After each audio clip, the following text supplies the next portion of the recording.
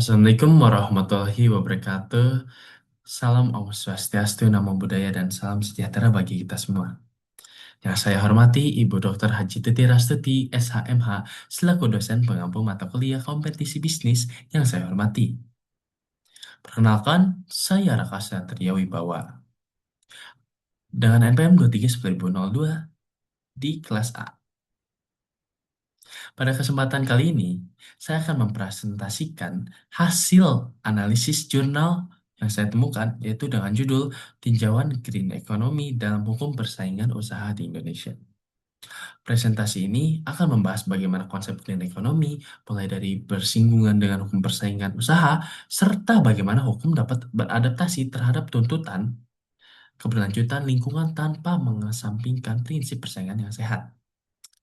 Adapun pembahasan yang akan saya sampaikan yaitu meliputi identitas jurnal, latar belakang, isu hukum, sampai kesimpulan. Tanpa berlama-lama, saya akan memulai pembahasan pada bagian pertama.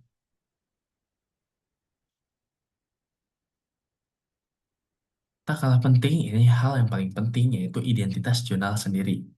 Yaitu ditulis oleh tiga penulis yang hebat dari Universitas Indonesia.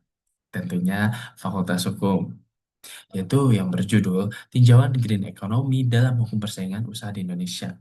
Jurnal ini membahas bagaimana hukum persaingan usaha di Indonesia merespons isu lingkungan, khususnya dalam konteks green economy. Yang slide kedua, yaitu dari latar belakang.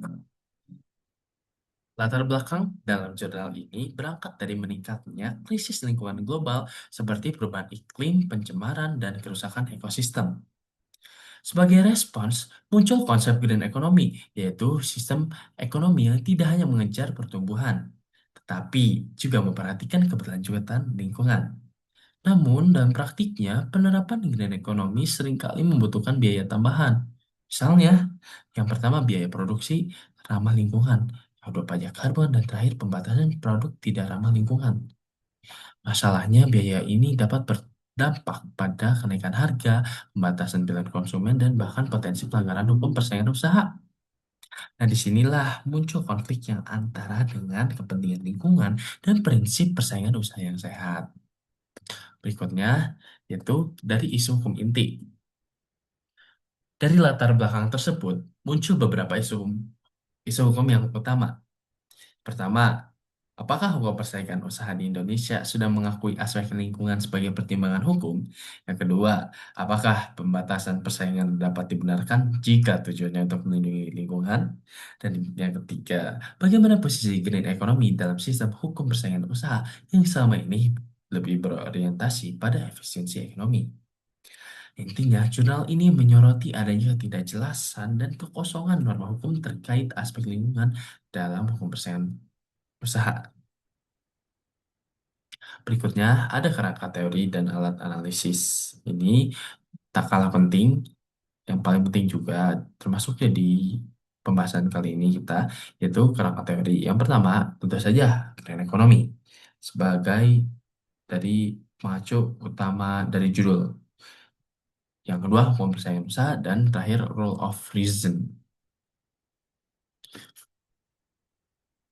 Berikutnya, metode penelitian. Metode penelitian yang saya ambil itu penelitian ini menggunakan metode yuridis normatif, yaitu penelitian yang berfokus pada analisa norma hukum. Pendekatan yang digunakan yaitu meliputi yang pertama, pendekatan perundang-undangan, yang kedua, pendekatan konseptual, dan ketiga, pendekatan kasus. Penulis juga menggunakan studi kasus internasional yang seperti kasus washing machine dan kasus Chicken for Tomorrow di dalam jurnal yang saya baca di Green Economy ini. Tujuannya apa sih? Tujuannya itu melihat bagaimana negara lain menangani konflik antara lingkungan dan persaingan usaha. Berikutnya yaitu temuan utama. Di sini ada beberapa poin. Yang pertama pengaturan, yang kedua tafsir kepentingan umum, tiga pembenahan perjanjian, dan keempat yaitu rekomendasi analitis. Oke, saya akan melanjutkan lebih lanjut dalam temuan utama ini, yaitu yang pertama hukum persaingan usaha Indonesia belum secara tegas mengakui aspek lingkungan. Dalam hal tersebut, kita ketahui bahwa di Indonesia itu memang betul sekali hukum persaingan di usaha Indonesia secara tegas itu belum mengakui dari aspek lingkungan. Mungkin dari segi yuridis sudah tercatat, tapi secara implikasinya, secara praktiknya itu sebenarnya tidak begitu ada gitu, tidak begitu nyata gitu dilakukan. Dan yang kedua, meskipun demikian, aspek lingkungan masih bisa dimasukkan dalam konsep kepentingan umum. Lingkungan itu bukan hanya untuk pemerintah-pemerintah saja, namun kepentingan umum itu termasuk. Dan ketiga, diperlukan pengaturan yang lebih jelas agar tercipta kepastian hukum bagi pelaku usaha. Maksudnya adalah pengaturan yang lebih jelas karena tujuan hukum adalah keadilan, kemanfaatan, dan kepastian. Keempat, dalam kondisi tertentu, pembatasan persaingan dapat dibenarkan apabila yang pertama, memberikan manfaat signifikan terhadap lingkungan. Yang kedua, meskipun merugikan, konsumen itu masih bisa komplain dalam jangka pendek. Dan terakhir, poin kelima dari beberapa poin yang saya sebut tadi, yaitu penilaian tersebut harus menggunakan pendekatan cost-benefit analysis. Jadi apa artinya? Artinya adalah hukum persaingan usaha sebenarnya bisa menjadi alat untuk mendukung green economy. Berikutnya yaitu analisis kritis. Di sini ada tiga poin utama yaitu kelebihan, kelemahan, risiko, dan pandangan. Kelebihannya yaitu relevansi tinggi terhadap isu global, dan kedua menggabungkan aspek hukum dan lingkungan, yaitu integrasi perspektif hukum dan lingkungan, dan yang terakhir menggunakan studi kasus nyata atau studi kasus empiris. Adapun ada kelemahan dan risiko walaupun ada kelebihannya ya. Pertama, ada ketiadaan solusi regulasi yang konkret dan konsep kepentingan umum bersifat luas dan rentan multitafsir yang tidak jelas pada tujuan itu. Dan terakhir, resiko greenwashing oleh pelaku usaha. Terakhir, pandangan. Di sini menurut saya perlu adanya pedoman khusus dari KPPU dan atau regulasi baru yang lebih spesifik dan perlu guidelines operasional dan mekanisme evaluasi independen untuk mencegah penyalahgunaan pembenaran lingkungan. Yang berikutnya adalah relevansi terhadap RPS. Di sini kita sudah membahas beberapa banyak sekali materi yang cukup menarik yang dibahas ya. Karena tak lupa juga kita merujuk kepada RPS kita sendiri, yaitu yang pertama kaitannya dengan RPS. Yang pertama ada hukum persaingan, teori teori teori maaf teori Peirce dan rule of reason. Terus yang kedua, perjanjian yang dilarang pengecualian berbasis kepentingan umum. Dan terakhir, kebijakan publik dan pendekatan ekonomi hukum.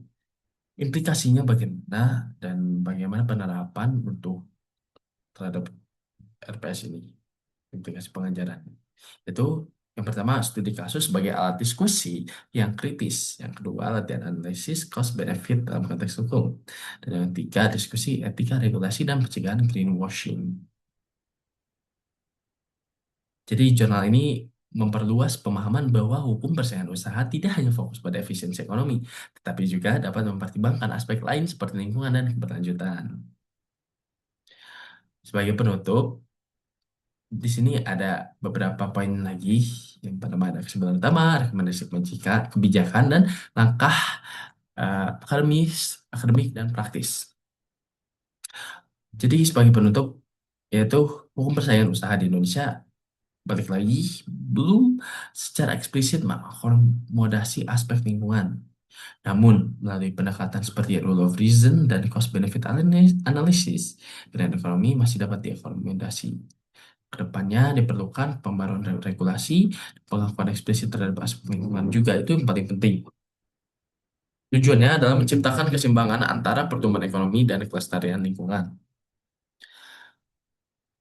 Sekian yang dapat saya sampaikan untuk materi jurnal Green Economy ini. Bila ada kekurangan, saya meminta maaf. Saya tutup. Assalamualaikum warahmatullahi wabarakatuh.